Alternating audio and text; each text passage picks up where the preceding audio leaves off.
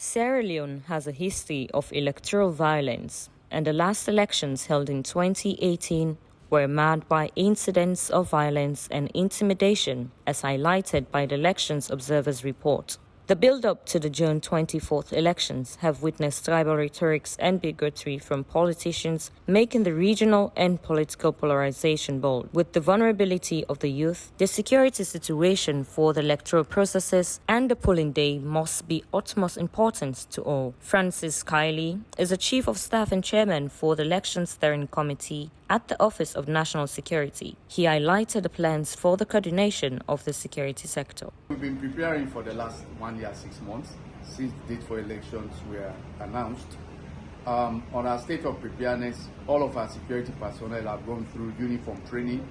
It's a hybrid security posture we're going to have, inclusive of all the sector institutions to assist the police. We've been able to develop our operational plan. We've activated the National Situation Room, which serves as a hub, for security information with a toll-free line of 119.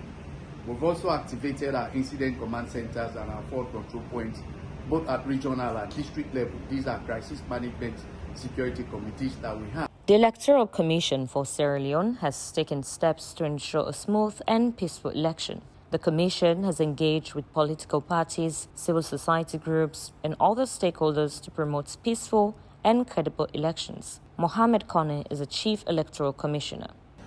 On our part, we have made every effort to bring on board political parties to be part of the process we're doing.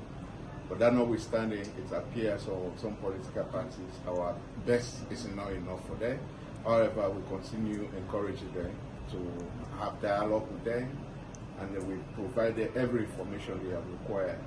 What we cannot compromise, things that can compromise our independence, the integrity of the process.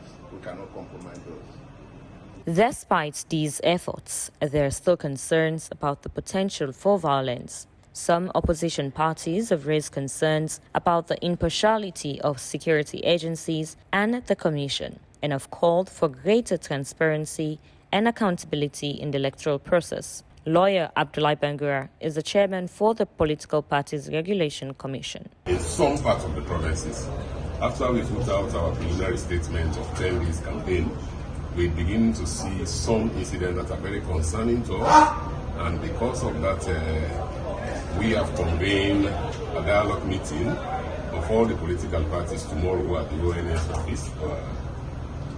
To sit together and look at this unfortunate incident that we are seeing emerging from the campaign trails in the provinces.